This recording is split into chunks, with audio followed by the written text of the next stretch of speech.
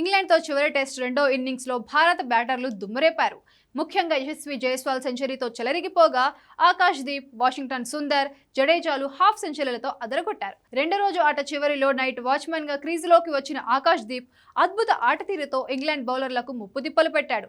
Night watchman గా క్రీజులోకి వచ్చిన ఆకాష్ దీప్, యశస్వి జైస్వాల్ మూడో రోజు టీమిండియాకు అదిరిపోయే ఆరంభాన్ని అందించారు. ఇంగ్లాండ్ బౌలర్లను ఈ జోడీ సమర్థవంతంగా ఎదుర్కొంటోంది. టాప్ ఆర్డర్ బ్యాటర్ల తరహాలో ఆకాష్ దీప్ ఇంగ్లాండ్ బౌలర్లపై విరుచుకుపడ్డారు. ఈ క్రమంలో అతను 70 బంతుల్లో హాఫ్ సెంచరీ పూర్తి చేసుకున్నాడు. తన ఇన్నింగ్స్ లో 12 ఫోర్లు బాదాడు. ఆ తర్వాత కూడా ఆకాష్ దీప్ తన జోరు కొనసాగించాడు. మొత్తం అతను 94 బంతులు ఎదుర్కొని 66 పరుగులు చేశాడు. లంచ్ బ్రేక్ ముందు అతను అవుట్ కావడంతో ఇంగ్లాండ్ బౌలర్లు ఊపిరి పీల్చుకున్నారు. నైట్ వాచ్మెన్ గా క్రీజులోకి వచ్చి ఇంగ్లాండ్ బౌలర్లను ముప్పుతిప్పలు పెట్టిన ఆకాష్ దీప్ హాఫ్ సెంచరీ చేసిన తరువాత తనదైన శైలిలో సంబరాలు చేసుకున్నాడు. ఆకాష్ దీప్ హాఫ్ సెంచరీ పూర్తి చేయడంతో డ్రెస్సింగ్ రూమ్ నుంచి శుభ్మన్ గిల్, జడేజా, ఇతర ఆటగాళ్లు చప్పట్లు కొడుతూ హర్షం వ్యక్తం చేశారు.